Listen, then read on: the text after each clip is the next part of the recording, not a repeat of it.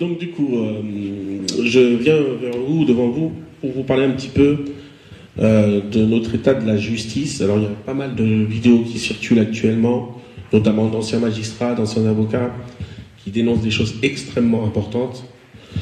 Et c'est important aujourd'hui qu'on fasse un point sur ce qu'on peut faire et ce qu'on ne peut pas faire dans la justice, et ce qui marche et ce qui ne marche pas. Alors je me présente, donc je m'appelle Emmanuel Décoré. J'ai été créateur d'une entreprise en 2011 dans le dépannage automobile et je travaillais pour les autorités, notamment j'avais des agréments de marché public. C'était une société qui avait 9 salariés, 5 en CDI et je travaillais en tant que gardien de fourrière pour des réquisitions judiciaires. Et c'est tout simple, mon histoire elle est un peu simple, c'est-à-dire que à partir d'un certain moment, quand j'ai commencé à bien marcher, en fait j'ai le procureur de la République qui a décidé de ne plus me payer. Voilà, tout simplement. Vous avez entendu ce qu'il a dit? Le procureur de la République. Voilà. Donc c'était le Marc Simamonti à Lyon. Donc j'ai une reconnaissance de dette de la part du procureur, qui me dit en gros, je suis dans la situation d'avoir la fiche de paye, mais j'ai pas eu le virement. Voilà. Mais bon, il y a eu des conséquences, puisque la société a été fermée. Et la créance existe encore. Voilà. Donc c'est 10 ans après. Voilà, c'est quelqu'un qui a été liquidé parce que c'était l'État qui lui devait de l'argent. Vous vous rendez compte? C'est l'État qui lui devait de l'argent. Et vous verrez dans la vidéo avec Emmanuel Macron que je le tiens au courant de ça. Et à l'heure d'aujourd'hui, j'ai eu 6 de ces ministres qui m'ont écrit en me disant votre dossier est en attente. Mais ça fait 10 ans. Voilà. C'est formidable. Bah oui. De ça, il y a eu des conséquences, des dommages collatéraux comme vous avez tous eu. Notamment, je me suis retrouvé à la rue pendant 2 ans. Et évidemment, comme j'avais plus d'argent, on m'a piqué mes enfants. Voilà. Voilà le triptyque infernal, pas d'argent, la rue, pas d'enfants. Vous avez vu? Ça s'est passé exactement comme ça. Et c'est l'État qui lui devait de l'argent. Hein? Voilà. Alors ce que je veux dire à tous, je vais essayer quand même de donner de l'espoir dans ce, on va dire, je ne sais même pas comment on peut définir ça, dans cette cabale juridique qu'on subit tous. Alors il y a un mot qui était très important qu'a dit hier Hélène, c'est que les juges rejugent, alors qu'ils n'ont absolument pas le droit de le faire. Alors depuis, je me suis énormément battu, et puis j'ai étudié le droit, et j'ai fait pas mal de synthèses, et notamment, il n'y a pas que les avocats qui ont le droit de vous défendre. D'ailleurs, dans un tribunal, vous pouvez vous faire défendre par n'importe qui est bien sûr majeur. Voilà, vous pouvez vous faire défendre par n'importe qui. Mais il y a une situation un peu particulière, c'est la situation des syndicats, car les syndicats, ils ont le droit d'ester en justice. C'est-à-dire, c'est exactement l'équivalence d'un avocat. Tu peux donner un exemple, par exemple, sur ce qu'on a fait? Oui, voilà. Donc avec Christophe, on se connaît de ce côté-là, puisqu'on est dans le même syndicat, on a tous les deux des mandats représentatifs, et on a représenté pas mal de monde. Alors, il faut préciser une chose. On a surtout un mandat avec un syndicat auquel j'appartiens, auquel on a travaillé ensemble, qui s'appelle Syndicat France TPE. France, très petite entreprise. Voilà. On a le droit de remplacer n'importe quel avocat dans n'importe quel tribunal de commerce. D'accord? Et de prendre à contre-pied tous les menteurs qui sont en face. Et alors attention, parce que ça ne se limite pas qu'au tribunal de commerce. C'est absolument partout. Donc là, je vais vous parler un petit peu du droit, pour vous montrer un petit peu ce qu'on peut faire et ce qu'on ne peut pas faire. Alors déjà, je vais vous parler de hiérarchie des normes. Est-ce que vous connaissez ce que c'est? Oui, non, pas trop? Pas trop? Voilà. C'est le corollaire de tout ce que je vais dire aujourd'hui. Ouais.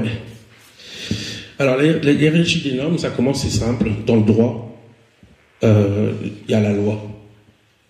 Donc la loi, elle est votée, comme aujourd'hui. Elle n'est pas votée, mais elle est adoptée. Enfin, bon, bref, il y a la loi. Alors, j'ai oublié une petite étape. Avant la loi, il y a les décrets. Parce que les décrets, c'est les décrets d'application en général. Donc c'est encore plus important que la loi finalement, parce que le gouvernement en général, il gouverne par décret.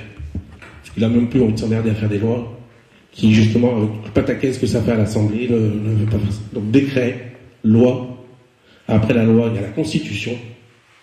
Et après la Constitution, il y a les conventions internationales.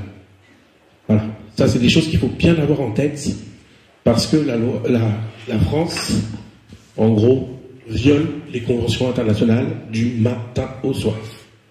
Donc on peut les bloquer qu'avec ça. On peut les bloquer, et cet été, on a fait un travail extraordinaire avec un autre syndicat, et on a... Donne son nom. Donne son nom. Oui, donc c'est le syndicat CMU. Il est représenté par Jean-Claude Ponson, qui est son président, et qui est à... c'est comment ça s'appelle ? Je ne sais pas. Enfin, bon, bref, voilà. Donc cet été, on a pris beaucoup de victimes dans pas mal de domaines, parce que, en fait, on a la bombe atomique en ce qui concerne la justice. On a un papier qui s'appelle, donc là tu peux le montrer Chloé, ça s'appelle une déclaration d'exception de nullité. C'est très important ce qu'il dit. C'est l'essentiel. Donc là vous avez un exemple. C'est très important, c'est un papier. Alors, on parlait de mots hier. Et ce qui est très important, c'est que ce n'est pas une procédure juridique. C'est une déclaration. Comme la déclaration des droits de l'homme. Enfin, voilà. Donc ça, c'est marqué dans le marbre. Cette déclaration, elle a pour effet que, vous voyez, tout en haut, il y a donc la déclaration d'exception de nullité. En dessous, vous avez le jugement qui est cité. Donc avec toutes les références. Et ensuite, il y a le pour, il y a le contre. Et voilà. Après, on va rentrer dans les violations. C'est-à-dire que quand vous avez un jugement, je vais prendre un exemple précis. Quand vous avez un jugement, par exemple, qui n'est pas signé, ce qui est dans 90% des cas, voilà. Quand il n'est pas signé, notamment par le greffier, le jugement n'est pas exécutoire. Vous entendez ce qu'il dit? Il y a plein de gens qui ne savent pas ça. Mais bien sûr que c'est dingue, mais c'est pour ça que c'est important que ça soit filmé et que ça soit balancé, pour que plein de gens le sachent. Voilà. Donc, et ça a été découvert par des petits professionnels du droit, qui ne sont même pas des avocats, même pas, ils deviennent juristes par la curiosité. Non mais les avocats, ils sont pareils si on fait savoir ça. Eh ben attends, tu vas voir. Aucun avocat ne vous dira ça. Exactement. Aucun. Évidemment. Donc retenez bien la procédure, comment elle s'appelle. Voilà. Alors, je reviens un petit peu sur la généralité de la cause entendue, de ce que j'appelle ça. C'est-à-dire qu'on peut avoir des plaintes, on peut avoir des ordonnances, on peut avoir des jugements, on peut avoir des arrêts, on peut à la limite avoir des pourvois. À chaque chose, ou même des saisies. À chaque fois que vous voulez contester une décision et que vous trouvez que vos droits fondamentaux ont été violés, vous pouvez la faire annuler d'office. Parce que tout magistrat qui viole la loi, les droits fondamentaux, dans les conventions internationales, sa décision est annulée d'office. Voilà. Voilà. C'est beau. Répète-le encore une fois, pour que les gens l'entendent une deuxième fois. Est-ce que vous Alors. connaissez ça par écrit? Mais tu auras ça. Non seulement ça va être par écrit, ça va être en vidéo, ça va être publié, et il y aura tous les exemplaires à disposition. Mais on peut tout faire tomber. Ben bien sûr. Évidemment. Évidemment. Bien sûr. On est là pour ça d'ailleurs. Hein. On est là pour ça. Alors, pour la petite histoire.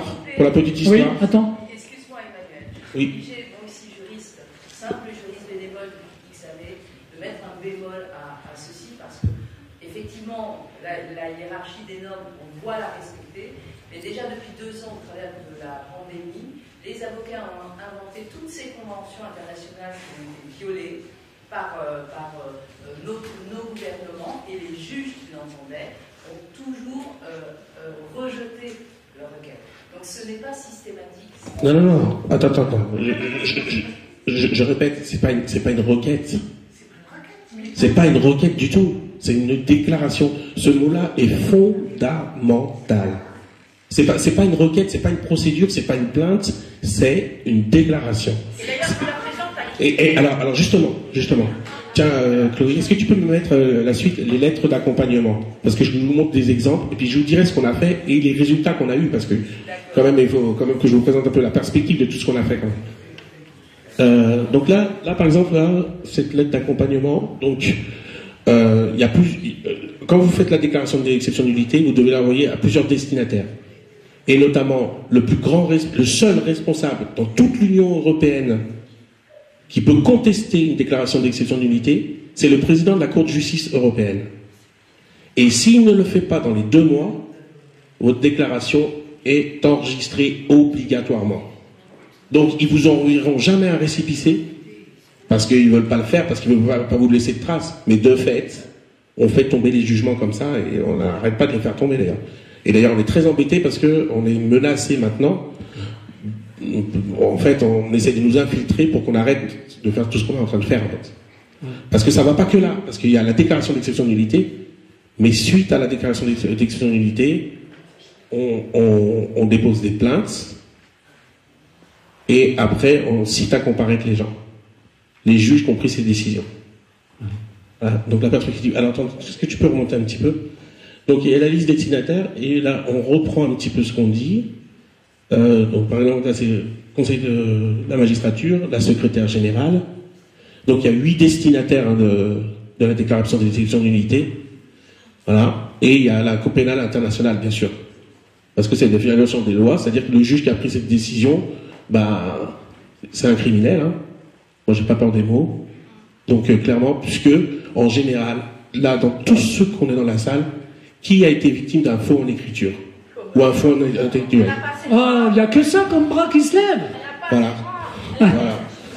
Donc, je rappelle, c'est un petit rappel quand même, qu'un faux en écriture authentique, public, intellectuel, écrit, aggravé, c'est criminel.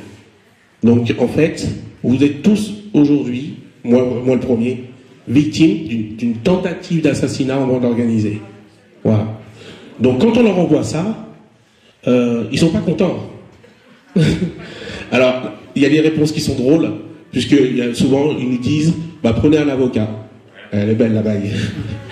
Voilà. En gros, ils nous répondent à peu près. C'est de l'humour noir, hein, excusez-moi. Si. Excuse-moi, mais Emmanuel, c'est ça. Mais c'est vrai, bon. C'est totalement ça. Alors, je vais revenir un petit peu sur les faux, parce que les faux sont extraordinaires. Je vous donne juste un exemple, après je ne veux pas essayer d'être trop long. Là, Chloé, est-ce que tu peux me montrer l'assignation? Alors, moi j'ai fait un truc fabuleux à Lyon. J'avais l'aide juridictionnelle, et c'était une avocate qui travaillait avec mon père qui était mon associé dans mon entreprise. Et cette avocate, bon, elle a eu un petit peu peine à voir ce qu'on avait comme problème, donc elle a rédigé une assignation. Donc c'est elle s'appelle Maître Agnès Prudhomme, vous voyez, avocate, toc machin, blablabli. Elle a fait une assignation, donc pour mon entreprise, qui fait 32 pages. Voilà, c'était juste pour vous montrer le document. Il fait 32 pages. On a mis 1 an, et on a travaillé à peu près 10 heures par jour, même le dimanche. Voilà. On a répertorié toutes les fautes de la justice, tous les dysfonctionnements et toutes les preuves dans ce document. Il y a 600 pages de pièces. Donc, l'assignation fait 32 pages, 600 pages de pièces. Voilà. Emmanuel, est-ce que c'est un modèle que tu prépares pour tout le monde? Ça peut être Non, mais pour l'idée. En fait. Si, parce qu'il y a quand même énormément de jurisprudence qui sont importantes pour tout le monde. Hein. Oui, c'est presque, oui, c'est important. Alors, c'est pas ça que je voulais, de ça que je voulais vous parler. C'est, maintenant, tu peux montrer l'ordonnance. Donc, elle dépose, attendez, je donne le contexte. Elle dépose donc 32 pages à la présidente du tribunal judiciaire de Lyon, 600 pages de conclusion. Elle dépose ça le 9 mai 2017 à 14h. Et à 14h30, elle m'envoie un mail. Alors, tu peux montrer l'ordonnance? vous allez tomber par terre. Parce que là, on rentre dans l'extraordinaire. Voilà. Voici ce que m'a répondu le tribunal. Voici l'ordonnance, écrite à la main. Il n'y a pas mon nom dessus. Voilà, blablabla. Voilà. Ils ont été piqués, Voilà. Et ça, j'ai fait une déclaration d'exception de nullité sur ce document. Et là, j'ai le premier président de la Cour de cassation française qui m'écrit « On ouvre une enquête ». Bon. En attendant, ça fait quand même maintenant bientôt 2 ans. Donc j'attends toujours l'enquête. Ce qui est important là-dedans, c'est que quand vous avez un jugement qui tombe, bah, votre vie elle change. Pas simplement parce que après, bah, normalement vous devriez pouvoir demander des préjudices, mais simplement psychologiquement, bah, vous les avez mis à terre. Et je pense que c'est déjà ça qu'il faut commencer à faire. Alors si on le fait en masse, alors je vais juste terminer par ça. Cet été, on en a déposé 122. Voilà, donc il y a 122 victimes qui ont eu ces déclarations d'exception de nullité. Et là, on est rentré dans des gros délires de mandataires de justice qui ont convoqué les gens. Ils commencent à bouillir parce qu'il y en a beaucoup trop. Là, Dupond-Moretti a dit l'autre jour sur RMC qu'ils avaient un tellement grand nombre de dénonciations qu'ils n'allaient pas pouvoir faire face. Voilà, on en est là. Mais ça, on est sûr que c'est par rapport à nos documents qu'on en est là. Donc on continue. Je vous invite, si vous êtes, vous avez envie de faire tomber vos jugements déjà, parce que ça, moi je le fais en 5 minutes, venir nous voir, et puis voilà, je suis disponible. Hein. Voilà. Attends, les Voilà. 200 que tu as déposés cet été, il y a eu quoi? Alors, Dans les 200, on n'a pas eu une seule contestation. voilà, donc c'est important. Est-ce que vous pouvez demander une carte professionnelle, une carte d'identité à un juge, s'il vous plaît? Ah oui, ça m'a fait beaucoup rire. Ah oui, alors oui, parce que là j'essaie de faire très très vite. Je vais revenir un petit peu sur la déclaration d'exception de nullité pour vous montrer un truc. Je vous parlais des signatures, notamment du greffier. Il y a plein de choses. Quand on a un procès, on doit être convoqué par notification et signification. Si c'est pas fait, la convocation, vous allez même pas au tribunal. Moi, c'est ce que j'ai fait devant le juge d'application des peines. Elle m'a convoqué, j'y suis même pas allé. Non, mais je voulais savoir. Voilà. Tu me parles. Si on passe devant un tribunal, parce qu'on a peur qu'on passe devant un tribunal. Ouais.